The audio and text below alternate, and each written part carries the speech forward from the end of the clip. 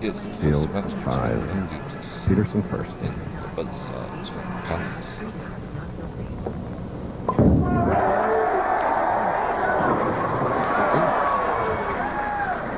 7-10.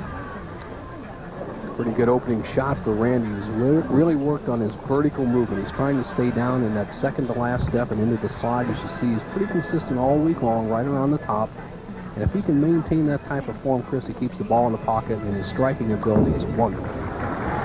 In the 24-man match play finals, 18 of the 24 bowled to the left side, like John Gant, who is getting up now. Big athlete, 6'3", 210, and so he's quite a pitcher. Well, he is a 95-mile-an-hour repeated fastball in high school and tried out for the Cincinnati Reds, but he's opted for this bowling, and he's back in the tour again. Our second 7-10 of the afternoon. This one on the right lane. The buzzsaw, as I like to call John Gant, a simple approach. He has a tremendous athletic ability and really cocks that wrist and snaps it right on through the strike zone. And he gets tremendous strike ability. 2 spares and we're even. John Gant won Denver 1984, beating Pete Weber and Steve Cook, and then his second victory came in Peoria 1987, defeating New Jersey's Parker Bone III. Gant, using the big, powerful hook, he'll start in this area, slide around this area, and be right around the second, third arrow. Watch the wrist action as he snaps through.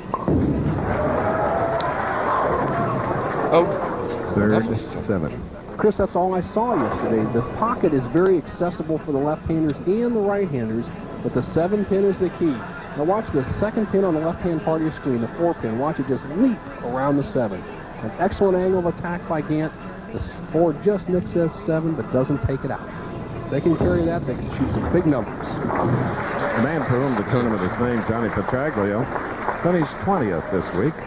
He of 300 fame right here. And he had a 300 during the tournament yesterday in the championship round. He started out Friday with 16 games to go. Looked like he was going to make a charge with an early 300. But John settled for a solid paycheck.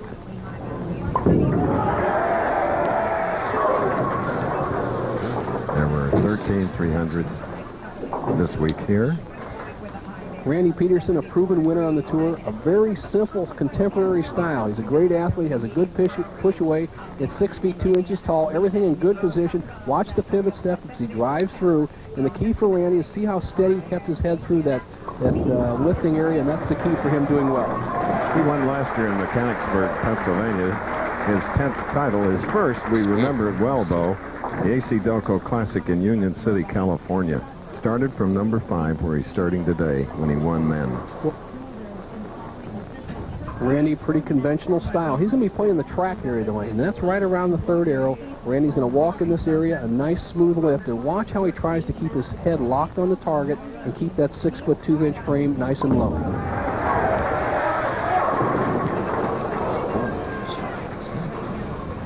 And the amateur stand-up comedian, they have stood up a little early there at the line. He looks pretty smooth, Chris. It's a matter of confidence. Even though he has many PBA championships, he has 10 titles and a major, what he needs to do is get the ball to the left of the 2-pin, slide the 2 over into the 7. Very makeable for Randy. Ooh, tough break. Oh, yes. Costly open frame. Coming in the third for Randy Pedersen. Randy just nips the 2 and doesn't quite get enough punch on it to knock it out of the channel and pop it in the 10. A big opening for Gant, who leads by 17 through 2 frames. And jumping on the opportunity, the first strike of the match, John Gant. Strike in the 3rd frame. Now he can go out to a 27-10 lead with a strike on the left lane.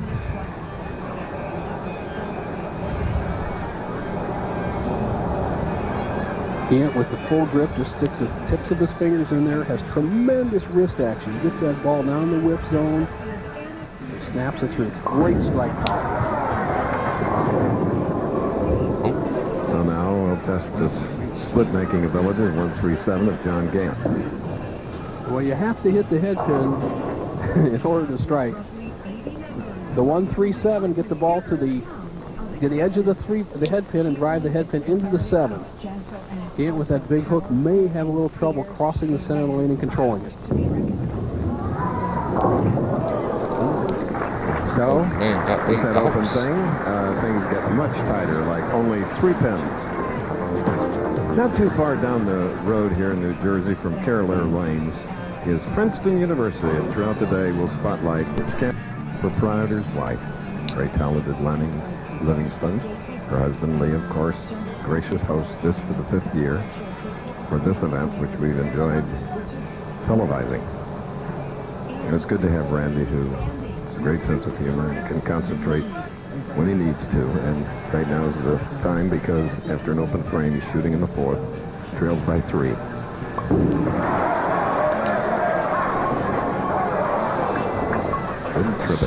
Up high. Well, pretty good shot. He settled down a little bit after that commercial, and the ball drifts slightly high. The 2-pin goes around the 4-pin, almost gets the trip on it. Randy's just loosening up here. He's really trying to keep his form. He's been in a slight slump this year. Feels like he's coming out of it. Stays with that shot, makes his fair, and he's right in the match. The 3-pin differential through 4 frames is nothing.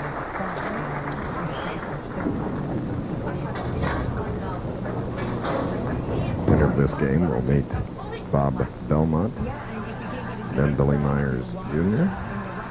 Their tournament leader. Winner is Ken McNeely.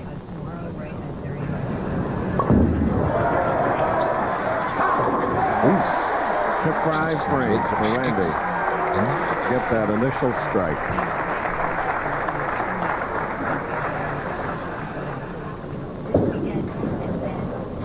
The buzzsaw, who took off 6 years to help raise his children. His wife is a doctor in the Carolinas. Beverly Timmerding. Second strike for Gant.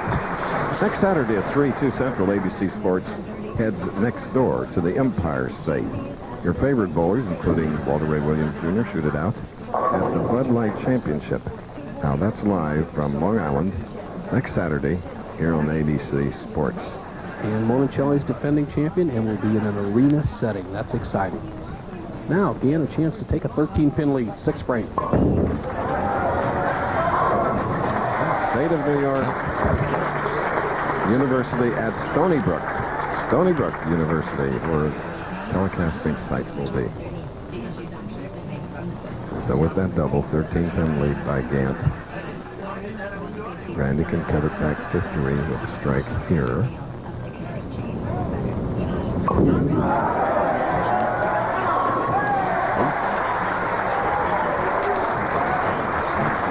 Becky Pedersen looks on. She likes that. Randy zeroed in. That squeaky, smooth style of Randy starting to kick in. Both players with the ability to throw a lot of strikes. Exciting match. A little nervous energy used up by Randy Pedersen, just drying his hand on the bottom of his shoes. He has a piece of tape on his index finger. It just helps him hold the outside of the ball, set it in position. Very important to key in the exact same set position. Here he goes. Uh-oh. So now we got a 2-sleeper 8 for Randy. Well, he struggled on his left-hand lane, Chris, a little bit. As you see in the 3rd frame, he slid by leaving the 2-4-10, and then here again in the 7th with a chance to take the lead. He leaves the 2-8 tough shot. I always think that back pin in there, crossing the lanes, somewhat of an unknown factor also.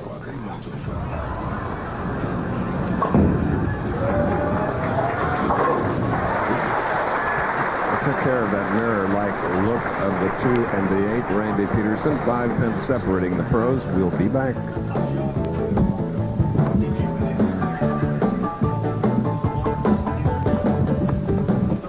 Wide World of Sports. Chris Schenkel, Bo Burton back again at Carolina Lanes in our first match. Bo, no 2 lanes are alike. The lane conditions here, very interesting. It's been a little different, Chris. We've had 18 left-handers, we said, in the top 24, and we just showed you the reason why the lefties seem what to dominate this week. The left-handers can come in at an angle to the 1-2 pocket at about a 6 degree, which allows them to kick out the 7-pin a little bit easier. The right-handers are forced to the track from a little wear.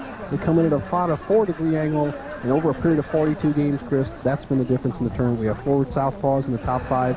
Right now, Gant leads by 15 over Pedersen. Superb color demonstration, Nelson. They were training kindergarten.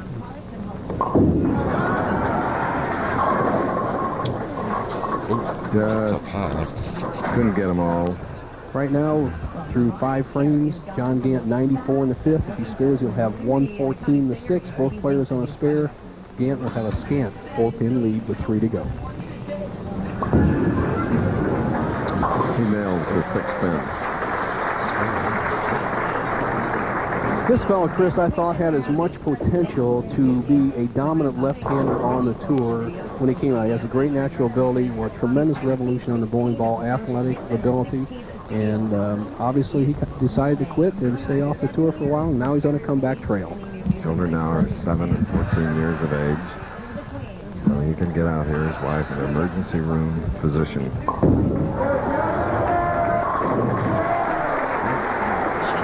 Big strike in the 8th frame for John Gant, originally from the Pittsburgh area. Now living in Winston-Salem, North Carolina. Now Randy Pedersen, originally from California, now living with his wife Becky in Hollywood, Florida.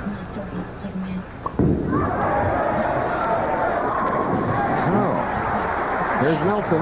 Thank you, Chris. Bob Belmont, you've always told me, Bob, that you like the lane condition dry, you want them hooking, and what do you see out there today? You going to get your type of lane condition? Yeah, it's a little bit tighter than they've been, but I don't see any problem. Once I stay slow with the feet and stay firm with the line, I don't think I have any problems at all. If they dry out, Chris, this man could be very tough. He's going to have to slow down, change his game. We'll see who his opponent's going to be. Back to you. All right. Randy looking for that double to take the lead. That he does. Foundation night frame strike. Leads by 6 pins. Again, tight matches among the pros like last week. Look at that. Animated, enthusiastic, 10 titles, 14-year member of the PBA. 2 titles, 12-year member.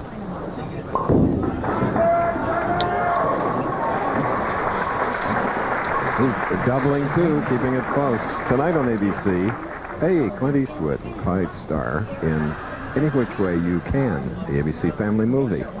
Then, Jeff Fahey is back in an all-new episode of The Marshal. That's all tonight, starting at 8, 7 Central Time on ABC. The buzzsaw up in the 10th frame. First time he's been in this position in over 6 years. Needs 2 strikes and 7 to shut out Randy Pedersen.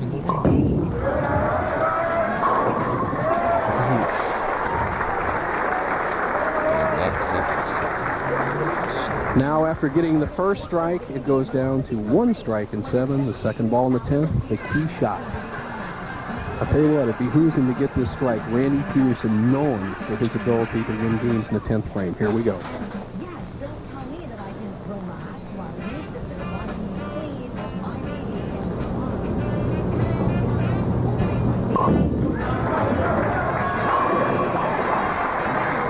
All right, one part of it. Nelson. Well, Chris, 18 revolutions in 60 feet of bowling lane, a good angle of attack, about 5 degrees, and he can motivate those pins. Nothing left but pin shrapnel after that one, and he needs 7 now to take Randy Pedersen, the great right hope, out of the matches for today.